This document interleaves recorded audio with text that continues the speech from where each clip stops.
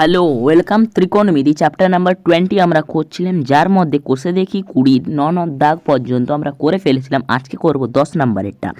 তাহলে প্রথমে কি বলা হয়েছে একবার দেখে নিচ্ছি, তারপর এটারই এক কপি ফটো পিডিএফ আকারে ডেসক্রিপশন বক্সে দিয়ে দেবো, যার দরকার হবে একবার চেক করে নেবে। তাহলে স্টার্ট করছি। দেখো 10 নম্বরেরটা প্রথমে আমরা একবার মার্ক করে দিচ্ছি। এটা হচ্ছে 10 নম্বরেরটা। কি বলা হয়েছে, একটি ঘূর্ণায়মান রশ্মি -5 পূর্ণ 1/12 পাই কোণ উৎপন্ন করেছে। রশ্মিটি কোন দিকে কতবার পূর্ণ আবর্তন করেছে এবং তারপরে আরও কত ডিগ্রি কোণ উৎপন্ন করেছে তা হিসাব করি। তাহলে একটা রশ্মি আছে যেটা 5/12 পাই ডিগ্রির কোণ উৎপন্ন করেছে এবং মাইনাস কেন কারণ এটা ঘড়ির দিকে আবর্তিত হয়েছে, তাই জন্য মাইনাস হয়েছে। ধরে নিচ্ছি এখানে একটা রশ্মি আছে, এটা একটা রশ্মি আছে। এবারে এটা যেহেতু ঘড়ির কাঁটার দিকে আবর্তন করবে, কারণ মাইনাসে কোণ উৎপন্ন করতে হবে, তাহলে ঘড়ির কাঁটার দিকে এইভাবে আবর্তন করেছে, এই দিক থেকে এই দিক বরাবর আবর্তন করেছে। তাহলে একবার যদি পূর্ণ আবর্তন করে তাহলে 360 ডিগ্রি, আবার একবার যদি পূর্ণ আবর্তন করে 720 ডিগ্রি, এইভাবে আবর্তন করেছে। এবারে আবর্তন করার পরে ধরে না একটুখানি গেছে, আবর্তন করার পর আর একটুখানি গেছে, তাহলে যে এই কোণটা উৎপন্ন হবে, তাহলে এই কোণটা যে উৎপন্ন হলো এইটা তাহলে এটা কি দুবার পূর্ণ আবর্তনের পর এটা উৎপন্ন হলো, তাহলে দুবার পূর্ণ আবর্তন প্লাস কতটা কোণ এটা আমাদের বার করতে হবে। আর যেহেতু ঘড়ির কাঁটার দিকে আবর্তন করেছে সেই জন্যে মাইনাস ভ্যালুটা আছে। যদি প্লাস ভ্যালু থাকতো সেম হতো, কিন্তু সেটা কি হতো, ঘড়ির কাঁটার বিপরীতে আবর্তন করতো। তাহলে আবর্তনটা কিভাবে হতো, তাহলে আবর্তনটা হতো এইভাবে। আশা করি বোঝা গেছে। এটা ঘড়ির কাঁটার দিকে হয়েছে, তাই জন্য মাইনাস আছে। এবং সেটাকে থেকে আমাদের দেখে নাও এখানে পাইতে ভ্যালু দেওয়া আছে, মানে কি বৃত্তীয় পদ্ধতিতে ভ্যালু দেওয়া আছে। সেখান থেকে আমরা ষষ্ঠিক পদ্ধতিতে ভ্যালু বার করে নিয়েও সেখান থেকে কত বিয়োগ করতে পারি, 360 বিয়োগ করতে পারি। এবার 360 বিয়োগ করে দিতে পারি, বা 360-এর সরল গুণিতক বিয়োগ করতে পারি। ধরে নাও 360-এর 2 দিয়ে গুণ করে যে 720 হয় সেটা বিয়োগ করলাম, তাহলে দুটি পূর্ণ আবর্তন ঘড়ির কাঁটার দিকে এবং বাকিটা। আশা করি বোঝা গেছে।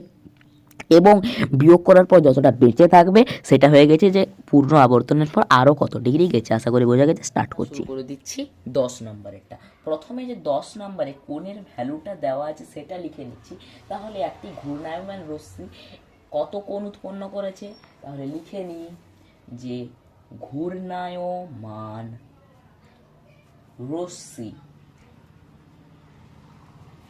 -5 পূর্ণ 1/12 পাই এত কোণ উৎপন্ন করেছে।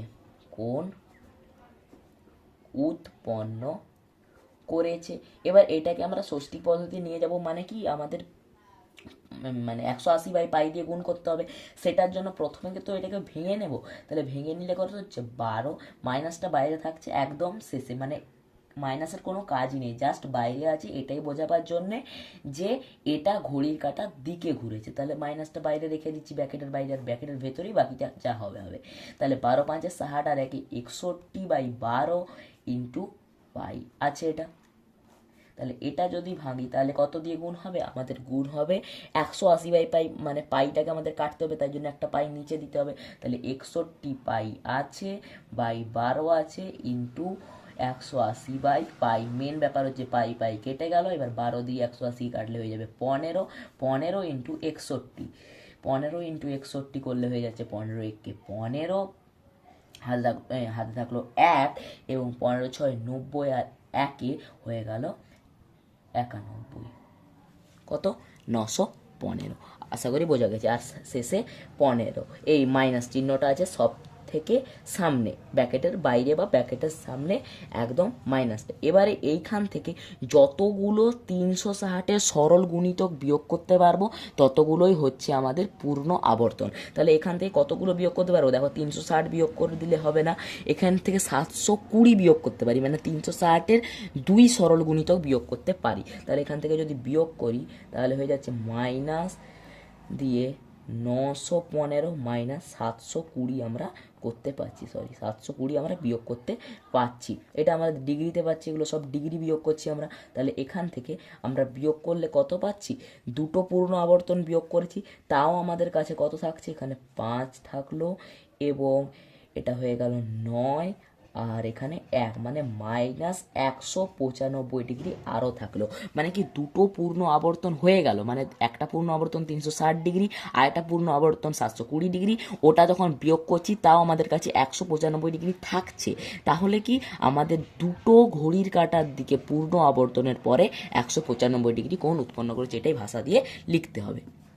তাহলে আমরা লিখে দিতে পারি যে ঘূর্ণায়মান রশ্মি ঘড়ির কাঁটার দিকে দুটি পূর্ণ আবর্তনের পরে 195 ডিগ্রি কোণ উৎপন্ন করেছে। এবার মাইনাসটা কেন হলো না, মাইনাসটা শুধুমাত্র ঘড়ির কাঁটার দিক না, ওর বিপরীতে সেটা বোঝাবার জন্য কাজ করছে। তাই জন্য কত ডিগ্রি যদি জিজ্ঞেস করে শুধু 195 ডিগ্রি, আর যদি কোনো দিক যদি উল্লেখ করা না থাকে তাহলে 195কে মাইনাস দিয়ে বুঝিয়ে বলতে হবে যে ঘড়ির কাঁটার দিকে ওটা আবর্তন করেছে। আশা করি বোঝা গেছে।